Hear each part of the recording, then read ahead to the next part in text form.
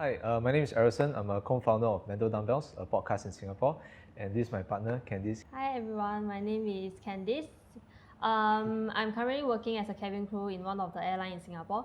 So I'm currently 26 this year, 27 years old. Hi, my name's Lisa. I'm in my 40s and I've been together with my dear husband for 27 years now. It's been a long road. In my job, I'm a mind clearer and a professional life coach too. Hi, my name is Lionel. I'm pushing 50. Not yet there, but close to it. We've been married for 22 years, and I'm also a mind clearer, and we run workshops as well as do talks to help people have better lives.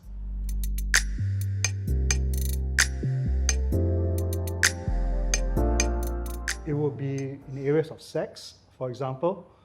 So let's say we've been married for 22 years. Being married does not equal consent to have sex. It means I can't force myself on her and she can't force herself on me at any time we want. So there has to be consent, it has to be clear. If I don't feel like it, a maybe is not a consent. Maybe later is also not consent. A clear yes is consent. Both sides have to check in with each other. Are you okay with this? If, for example, the wife or the husband or the partner might go, no, not now, and the other partner just forces him or herself on the other person, then there's no consent there. The right thing to do to get consent is to seek consent. Say, is it okay if I continue? You don't feel like it now? And then there has to be a clear yes or no. So both parties has responsibility to say yes or a no and be clear about it. And consent can be withdrawn at any time. And that's important because most of the time people think, oh, you said yes just now, but I don't feel like it now. All right, half an hour ago I said okay, but right now I don't feel like it, so stop. So that has to be clear. Yeah, I think it's difficult as a female partner in this relationship, correct me if I'm wrong, but females have a tendency not to speak up sometimes because, whatever fears, maybe issues about not wanting to reject your partner in a certain way. But I think then it still doesn't mean that you don't look at the area of consent. If I'm really not in the mood for sex right now, I have to speak up. And this is my part of responsibility. If I'm not taking responsibility for my own relationship, my own choices, even in sex itself, then what more can I expect from my partner, vice versa? So I think we all have to do our part, even in this area of consent in sex, that I have to speak up when I need to. And my partner also has to do his part in understanding that I may not be in the mood all the time.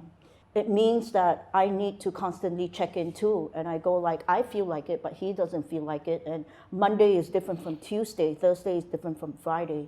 And so we have our responsibility and a part to play in this with consent and sex especially. It's not an entitlement just because we're married. If so, that would have been written somewhere on the marriage cert, I believe. But since it isn't, I think as two very clear-headed individuals, I think we need to do our part this way to keep the relationship clean and clear above board. Because we just started dating for about 2 years already, Yeah. so it's still not as long as yours. But last time we used to do it a lot, like for the bedroom department. But gradually, when the years come, the tendency to do it tend to lower down. So sometimes when I don't feel like it, sometimes female doesn't have a higher sex drive than guys. So I'll always encourage him to just do it yourself. Like I will just take AirPods and I just pass it to him saying, go ahead. And I'll just do my own thing. Because it will be very hard for him because if I don't want to do and he wants it, and he will tend to get those kind of negative vibe from our relationship because we both will be on the different page, different frequency on physical part, which I think that on the physical relationship is also very, very important to build a stronger relationship between us. Yeah. So back to it, it's more of like her consent because we're still learning our boundaries and making sure things are going the right way. So a lot of times where if my hormones are raging and she's not feeling it, she understands how to let me down and push it aside and understand how to handle me in a sense. Yeah.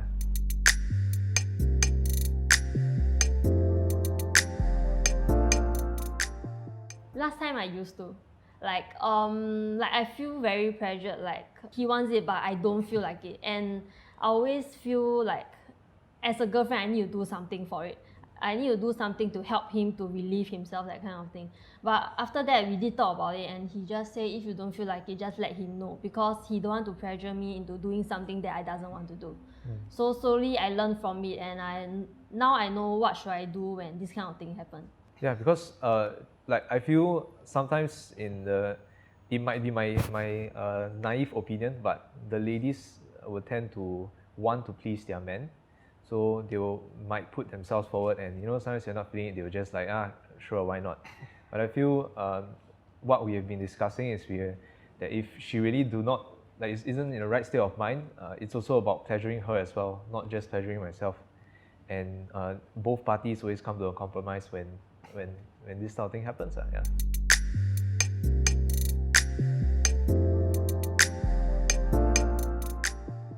I think it's more like he doesn't feel my I don't my passion yeah, inside. exactly. Yeah. So you kind of, I kind of feel that she's not really into it. We totally get it. Yeah, yes, Yeah, it's yes. like just want to get it over and done with, like just do it faster, just end it, that kind of thing. And I think subconsciously I get it as well, but sometimes the very primal me just wants to finish.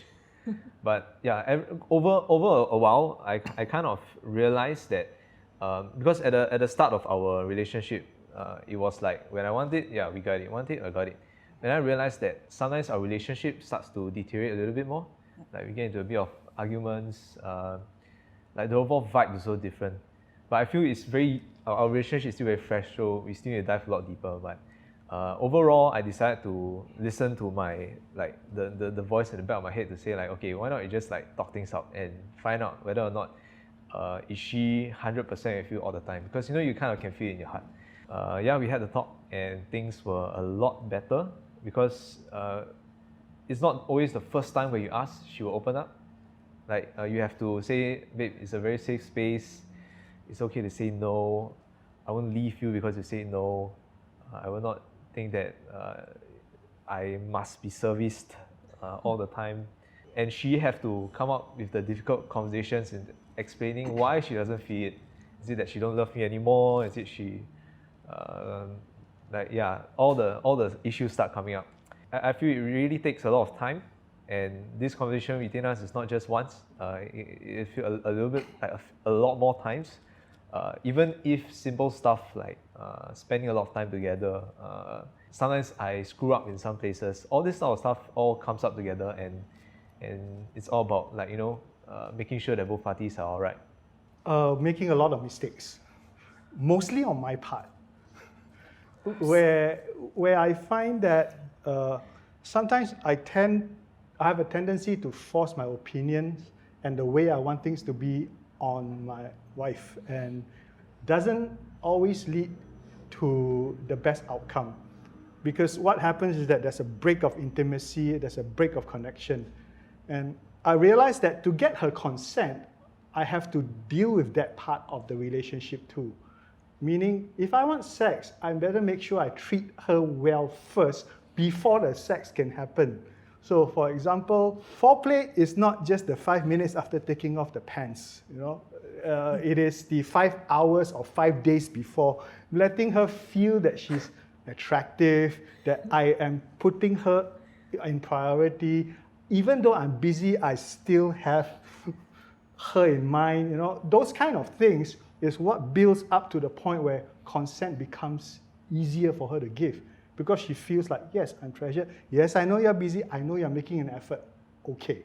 On the other hand, if I don't do that and I go and then she says, don't treat me like a piece of meat, even though we are we are married, because it does not mean that I come in, I do it. Because sometimes, yes, men or people with penises tend to have the tendency to go get what they want and then buy, turn over, sleep, or go out of the room. I admit I've done that before. So true. So true. It did happen. It's like every time, because sometimes it's like we do it before we sleep. So after done already, he straight away just knock out. Then after I have to tell him that I hope that after we finish, at least some cuddling and some talking session before Yeah. you go to sleep. And That's true. so the consent extends to not just the act itself, but what happens after also. Because if you don't do the after that, you can be sure the consent won't come later on next time. So that is something that people who are new might not look at it, but I've made enough mistakes to know that if I don't take care of the relationship first, the relating between us, the consent that comes could be begrudging. She might, okay, but then I could feel that she's not into it. And then there's no fun anyway. So that makes it, that's what, you want to add to that? Oh, I have plenty to add. But long story short, to me, my perspective over all these many years of being together, yeah, there are ups and downs, and at the end of the day, I look at it in terms of, like we talk about a love bank, we need to deposit things into it. So in this case, I also see a need, that there is a need to put it into the consent bank. In that consent bank, it's not just about saying yes and no as a binary clear message that, yeah, I let you do this or I don't let you do that. Everything else also is rolled into this consent bank, which means, like he mentioned, the foreplay, the time, the intimacy, the relating, the strength of a bond that we have as a couple, two people, two individuals coming together. You have your thing, I have my thing, but yet we are willing to come together to meet each other's needs. If any of those aspects of those needs are not met, you can be sure that that consent bank is not going to get filled in quickly enough. And when you need to draw from that bank, it's not going to happen. You're going to get a very clear no, in no uncertain terms. So to me, it takes work. It needs persistence. It needs consistency and frequency, just like anything else in any relationship, and especially a long-term, down-the-road marriage that you're looking at. You're going to need a lot of effort, investment of time, energy, everything you have, because you know that this person is important to you. So then that's why the need to put this person as priority, and also the need to look at something like a consent bank and really focus on that so that you can draw from it when you really need to. So that's my perspective. We just had a recent explosion recently about this, about not having our needs met individually. He's got his thing going, I've got my thing going. And to us, we realize that the quicker we bring these hard conversations to the table, the sooner and better it is to resolve it so that we can move on and not feel like we're at an impasse in our relationship. And that's where you don't want to be. You don't want to come to the edge of a cliff and you go like, I think we should jump off the cliff together and dive into this and explore this. But then, you're looking at your partner and you're not quite sure whether your partner is going to catch you when you fall or not. So you need that trust, the faith, all that effort and energy and the work that goes into all this thing about what we call a relationship. And to me, I don't know about him, but we've always believed that there's no such thing as a relationship. There is only the relating. And this is the hard work that needs to go in, whether it's the love bank, the emotional needs bank, the consent bank.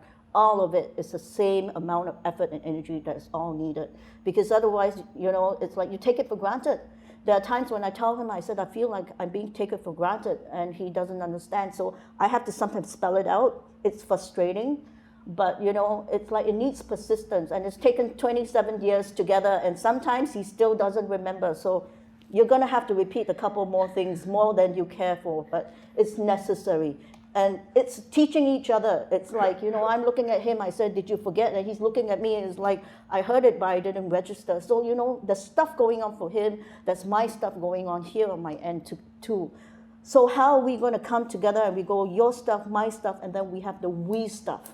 And this we stuff, consent bank is part of that as well. And we need to keep looking at that constantly. We can't let it up. The minute we let it up means we're not putting each other as a priority. We are not focusing on what really matters the most in our marriage. And that's a reality check for me. Like, I can explode over and over again. And I know I may revisit some issues, some aspects of consent or not, over and over again, but it's necessary.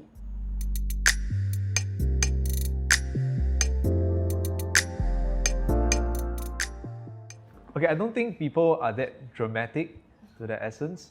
but I feel it kind of ruins a lot of romantic interactions. Yeah, because it the will bar, give people the single people that watch those kind of drama, they will have an impression that, oh, love is like this. Yes. This is what the guys will do and this is what the girls will do. Then when they are into a relationship, and it doesn't give them the type that they thought of, and they will be like, oh, this is not what love, then I should just, this is not the love that I'm looking for. Then they are always trying to look out for the perfect relationship that is never, don't say never exists, but it's very hard to find, because that is all scripted. It's like the director wrote the entire script and you should act it this way. But maybe in the actor life, they don't behave that way as well. They are not rich. Maybe their personality is not like that also. So this give a lot of people a lot of like fake, false idea of what it's like. imagination. So let's say there is another very famous way of showing a girl you like her is to actually press her against the wall and then slam your hand just right beside her and go very closely and just look at her like that. You invade her space, and then you kind of have intense eye contact for about 3 seconds, and then I think you just say some sentence or something like that. Like one sentence. Yeah, I think exactly. that one's very popular. It looks super amazing if, like, you know, you see on screen one very beautiful girl and a very handsome guy doing it together.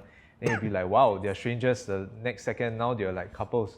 But then again, if that is our only source of information, I guess guys will then invade people's spaces sooner and then set such unrealistic expectations, and then without consent just pin a girl against the wall and act like he already know her for a very long while and it's all planned out.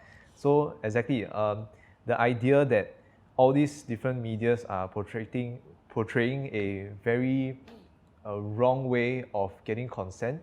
The traditional way of asking a girl out, okay, like, hi, what's your name? May I get to know her a bit, ask for a number out. It seems very simple and very boring, but yet it might be another better way of doing it, instead of, you know, like doing all this ridiculous stuff of invading people's space. And yeah, it's really, I feel, a big problem, because everybody expects it to be faster, quicker, and easier nowadays. And they tend to take a lot of skips.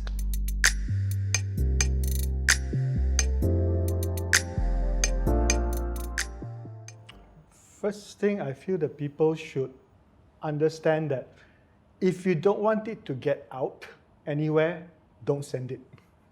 It might seem very simplistic, but if you don't want it to get out anywhere, do not send it.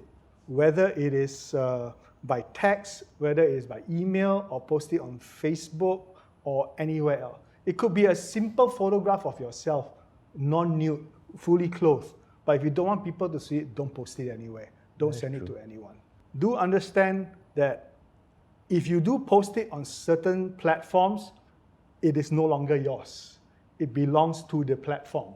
It is not your photograph, even though it's your image. You have actually released your rights to that photograph once you post it onto that platform. So be careful about it. Check their privacy contents, and all those consent that you have to give. You are giving your consent by clicking agree. It is the TLDL, too long, didn't read. It's like 15 pages, you just click yes, okay. But you have consented and you have no idea what you consented to. So that part of it is also important. So one thing for her is she is strictly nothing sexual on our phones of the other party. So no videos of us, no nudes, no nothing. Yeah, I think it's something that she is very strongly against. Yeah, strongly against. Because like my friend, they do film themselves and they send it to their partner. But I feel that it's like, for me, is even though it's for that moment of time, to the other party, you will feel very sexy, you know, sending this kind of thing. But what if you lost your phone? I will start to think about all these kind of situations. What if you lost your phone? People recover your phone and they actually went into your phone and they look at all these videos and they just upload on the internet. Then it's like you are just suddenly being very famous of your own sex video. And I doesn't want that to happen to me, so I tell him. He used to ask me whether am I okay with it. I just tell him no, I'm not okay. No consent. No consent. No. Very clear. Strictly no. Yeah. For me as a parent, I think more education has to be done overall. I think even in schools, sometimes when my children come back and I ask them openly, I said, what was being taught in sex education? I mean, we tick it off, we agree, for them to attend sex education in school. The things they come back with is like, Mom, I think you can run your own workshop, and I think you should be the one educating them, because the information is kind of backdated, it's not updated, it's not current. We're not looking at like social media, all the issues that you're talking about as young people here. So, I think education really needs to be upped and upgraded. As a parent, it's worrying. It's like, what are my children picking up? Even in school, an official institution that's supposed to educate my children properly. And I think the information is just lacking somewhere, somehow. As a responsible parent, I try to fill in the gaps. I try to do my best. I try to open them up into aspects that are not typically thought about or not spoken about even in schools and institutions.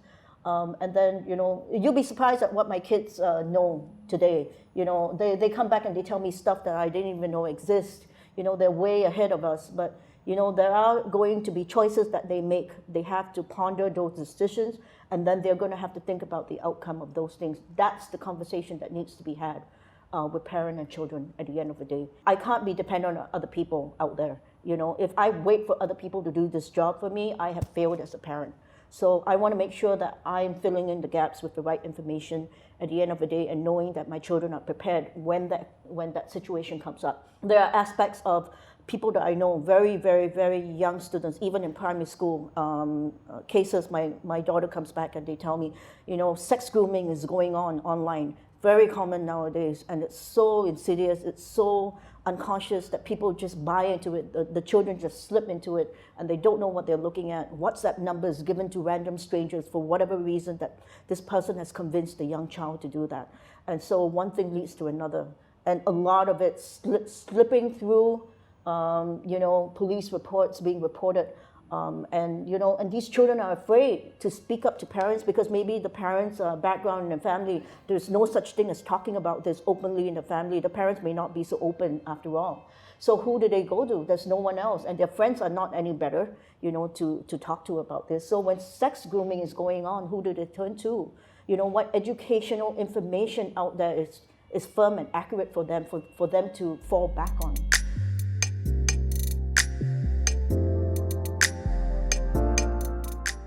Women and ladies, we have a general tendency to be over-responsible. We have a tendency to take on things that are not ours in the first place. And in order to help ourselves get out of this guilt, the trauma incident, we need to first be able to see what we were actually responsible for and what was not ours. That filtering and sorting out of that area of responsibility internally needs to happen, so that they are better able and has a bigger capacity to be able to say, this is mine and that is yours. And then, that trauma begins to lift from their mind and they're able to move on. Because just asking someone to ask for help is not easy, especially when you've gone through trauma.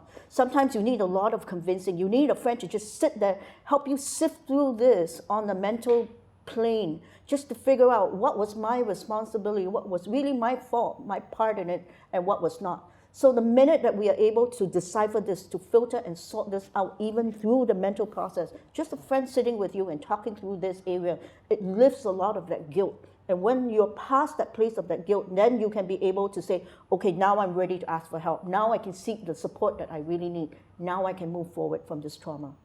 I think for my point is not just getting support and getting a lot of people to be there for you, but I think the most important thing is you have to accept the fact that this already happened, and you, no matter how much you blame yourself for all these things that happens to you, it already happened and it can't change anymore.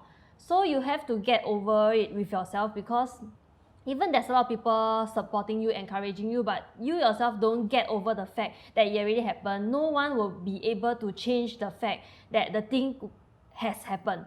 So the trauma will just keep replaying, and you will just keep thinking about the incident, and you can't get over it. So I think my advice is to really have to try to accept the fact that it's happened and move on from there, and tell yourself what can you do next. or what am I supposed to do if I'm back into this situation?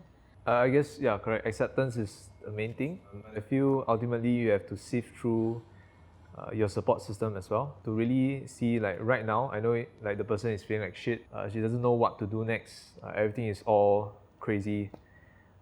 Finding a very strong support system, it might not be your family, it might be your very close friend. Find that 1 or 2 person and really hold on to them and kind of walk things through with them. Because I feel the biggest part of right now is to not be alone and to not handle this by yourself. Everything is cloudy.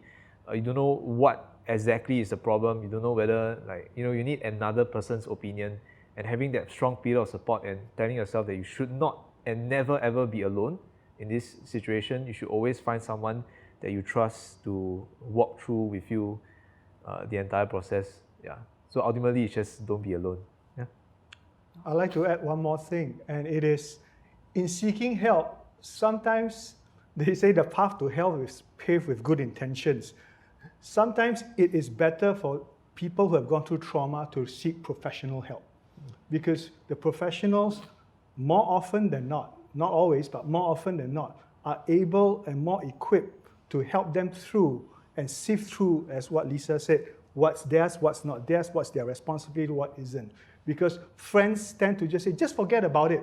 Because if they could, they probably would have already by then. So professional help is an avenue that people should not shut off, and not as the last resort.